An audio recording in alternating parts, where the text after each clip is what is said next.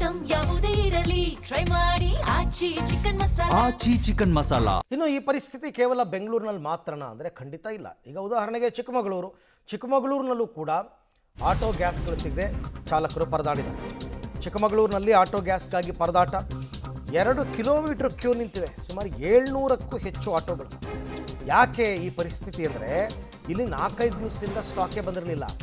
4-5 ದಿನಗಳ ಬಳಿಕ ಕಾಫಿನಾಡಿಗೆ ಗ್ಯಾಸ್ ಬಂದಿದೆ. ಗ್ಯಾಸ್ ಬರ್ತಾ ಇದ್ದ ಹಾಗೆಯೇ ಸರತಿ ಸಾಲಿನಲ್ಲಿ ನಿಂತ್ಕೊಂಡಿವೆ ಆಟೋಗಳು. ರಾಷ್ಟ್ರೀಯ ಹೆದ್ದಾರಿ 173ರಲ್ಲಿ ಕಿಲೋಮೀಟರ್ ಗಟ್ಟಲೆ ಕ್ಯೂ ನಿಂತಿವೆ ಆಟೋಗಳು. ಪಾಪ 4-5 ದಿವಸದಿಂದ ಸ್ಟಾಕೇ ಬಂದಿಲ್ಲ, ಆಟೋನೇ ಓಡಿಸಿಲ್ಲ. ಈಗ ಬಂದಿರೋದ್ರಿಂದ ಬಂದಿದ್ದಾರೆ ಅವ್ರು ಪಾಪ. ಇವತ್ತಾದರೂ ತುಂಬಿಸ್ಕೊಳ್ಳೋಣ ಅಂತ. ಅದೇನು ಅವರು ಫುಲ್ ಟ್ಯಾಂಕ್ ಹಾಕ್ತಾರೋ ಅಥವಾ 400 ರೂಪಾಯಿ 300 ರೂಪಾಯಿ ಅಂತಾರೋ ಗೊತ್ತಿಲ್ಲ. ಒಟ್ಟಿನಲ್ಲಿ ಸ್ಟಾಕ್ಗಂತ 700ಕ್ಕೂ ಹೆಚ್ಚು ಆಟೋಗಳು ನಿಂತಿವೆ.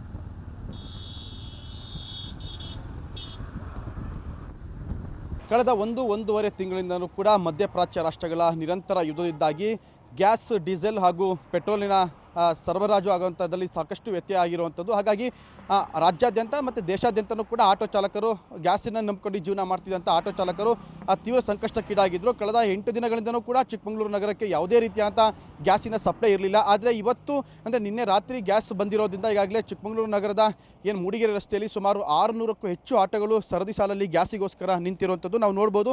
ವಿಜುವಲ್ಸಲ್ಲೂ ಕೂಡ ಇದು ಚಿಕ್ಕಮಗಳೂರು ನಗರ ಅಂತೆ. ಚಿಕ್ಕಮಗಳೂರು ನಗರದಿಂದ ಮೂಡಿಗೆರೆ ಮಾರ್ಗವಂತೆ ರಾಷ್ಟ್ರೀಯ ಹೆದ್ದಾರಿ 173 ಕಡೂರು ಟು ಮಂಗಳೂರು ಮಾರ್ಗ ಆಗಿರುವಂಥದ್ದು. ಈ ಮಾರ್ಗದಲ್ಲಿ ಇವತ್ತು ಬೆಳ್ಳಂಬೆಳಗ್ಗೆ ಅಂತಲೇ ನಿನ್ನೆ ರಾತ್ರಿಯಿಂದನೂ ಕೂಡ ಕೆಲವು ಆಟೋ ಚಾಲಕರು ಆಟೋವನ್ನು ಸರದಿ ಸಾಲಲ್ಲಿ ನಿಲ್ಲಿಸ್ಕೊಂಡಿರುವಂಥದ್ದು. ಯಾಕೆಂತಂದರೆ ಚಿಕ್ಕಮಗಳೂರು ನಗರದಲ್ಲಿರುವಂಥ 3 ಖಾಸಗಿ ಬಂಕ್ಗಳು ಕೂಡ ಕಳೆದ 5-6 ದಿನಗಳಿಂದ ಸಂಪೂರ್ಣವಾಗಿ ಬಾಗಿಲು ಹಾಕಿದಂಥದ್ದು. ಆದರೆ ನಿನ್ನೆ ರಾತ್ರಿ ಗ್ಯಾಸ್ ಬಂದಿದೆ ಅನ್ನೋ ನಿಟ್ಟಿನಲ್ಲಿ ಇವತ್ತು ಬೆಳ್ಳಂಬೆಳಗ್ಗೆಯಿಂದನೂ ಕೂಡ ಅಂದರೆ ಬೆಳಗಿನ ಜಾವದಿಂದನೂ ಕೂಡ 4 ಗಂಟೆ 5 ಗಂಟೆಯಿಂದನೇ ಆ ಆಟೋಗೆ ಗ್ಯಾಸ್ ತುಂಬಿಸ್ಕೊಳ್ಳೋದಕ್ಕೋಸ್ಕರ ಆಟೋ ಚಾಲಕರು ಸರದಿ ಸಾಲಿನಲ್ಲಿ ನಿಂತಿರುವಂಥದ್ದು. ಯಾಕೆಂತಂದರೆ ಈಗ ಗ್ಯಾಸ್ ಆಗ್ತಿರುವಂಥದ್ದು ಕೂಡ ಒಂದು ಆಟೋಕ್ಕೆ ಕೇವಲ 700 ರೂಪಾಯಿಗಳು ಮಾತ್ರ ಹಣ, ಅಂದರೆ 700 ರೂಪಾಯಿನ ಹಣ ಗ್ಯಾಸನ್ನು ಮಾತ್ರ ಆಗ್ತಿರುವಂಥದ್ದು. ಯಾಕೆ ಅದಕ್ಕಿಂತ ಹೆಚ್ಚಾಗಿ ನಾವು ಹಣ ಕೊಡ್ತೀವಿ ಅಂತಂದರೂ ಕೂಡ ಗ್ಯಾಸನ್ನು ಆಗ್ತಾ ಇಲ್ಲ.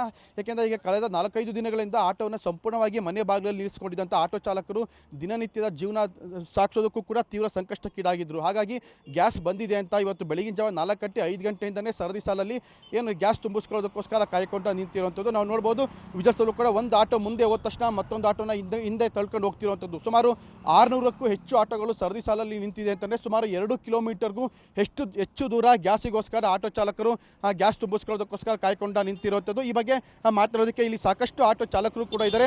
ಅವರ ದಿನನಿತ್ಯ ಜೀವನ ಹೇಗಿತ್ತು, ಗ್ಯಾಸಿಗೋಸ್ಕರ ಅವರು ಯಾವ ರೀತಿ ಪರಿಪಾಟ್ಲು ಅನುಭವಿಸ್ತಿದ್ರು ಅವೆಲ್ಲದನ್ನು ಸಹ ಅವರಿಂದನೇ ಕೇಳೋಣ. ನಮ್ಮ ಜೊತೆ ಆಟೋ ಚಾಲಕ ತಾಜನ್ ಅವರು ಕೂಡ ನಮ್ಮ ಜೊತೆ ಇದ್ದಾರೆ. ಸರ್ ನಮಸ್ತೆ. ಸರ್, ಈಗ ನೀವು ಆಟೋ ನಿಲ್ಲಿಸಿ ಎಷ್ಟು ದಿನ ಆಯಿತು? ಇವತ್ತು ಗ್ಯಾಸ್ ಬಂದಿದೆ ಅಂದರೆ ಯಾವಾಗಿಂದ ಇಲ್ಲಿ ನಿಂತಿದ್ದೀರಾ ಸರ್? ನಾವು ಬೆಳಗ್ಗೆ 6:15ಕ್ಕೆ ಬಂದಿದ್ದು, 6:15 ಗಂಟೆಗೆ ಬಂದಿದ್ದು ನಾವು ಈಗ ತನಕ ಇದ್ದೀವಿ. ಏನಂದರೆ 8 ದಿವಸ ಆಯ್ತು ಇವತ್ತಿಗೆ ಗ್ಯಾಸ್ ಬಂದು. ಇವತ್ತು ಬರುತ್ತೆ ಅಂತೇಳಿ ನೆನ್ನೆ ಮಾಹಿತಿ ಬಂತು. ಇವತ್ತು ಬಂದಿದ್ದೀವಿ. ನಾವು 6:15 ಗಂಟೆಗೆ ಬಂದಿದ್ದೀವಿ. ಹೆಚ್ಚು ಕಮ್ಮಿ ಒಂದು 500ರಿಂದ 600 ಗಾಡಿ ಇದೆ. 90 ರೂಪಾಯಿ ಲೀಟ್ರ್ ಅಂತ ಹೇಳ್ತಿದ್ದಾರೆ.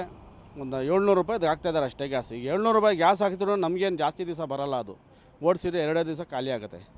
ಈಗ ನಾವು ನೋಡಿ ಜನಗಳ ಹತ್ರ ಜಗಳ ಮಾಡೋಕ್ಕಾಗಲ್ಲ. 10 ರೂಪಾಯಿ 20 ರೂಪಾಯಿ ಸೇರಿಸ್ಕೊಡಿ ಅಂದರೆ ಕೆಲವ್ರು ಕೊಡ್ತಾರೆ, ಕೊಡಲ್ಲ ಅಂತ ಕೆಲವ್ರು ಕೊಡ್ತಾರೆ. ತಿಳ್ಕೊಂಡು ಅವರೇ ಕೆಲವ್ರ ಹತ್ರ ಕೊಡೋಕೆ ಆಗಲ್ಲ ಅಂತಾರೆ ಅವರು. ಅದಕ್ಕೆ ನಾವು ಏನೂ ಮಾಡೋಕ್ಕಾಗಲ್ಲ. ನಮಗೂ ತುಂಬ ಕಷ್ಟ ಇದೆ, ನಮ್ಮ ಜೀವನ ತುಂಬ ಕಷ್ಟ ಇದೆ. ಈಗ ನೀವು ಆಟೋ ಎಷ್ಟು ದಿನ ಆಯಿತು ಆಟೋ ನಿಲ್ಲಿಸಿ? ಈಗ ಇವತ್ತೇ ಆಟೋ ತಂದಿರೋದಾ? 8 ದಿವಸ ಆಯಿತು ಸರ್. 8 ದಿವಸ ಆಯಿತು ಗಾಡಿ ನಿಲ್ಲಿಸಿ.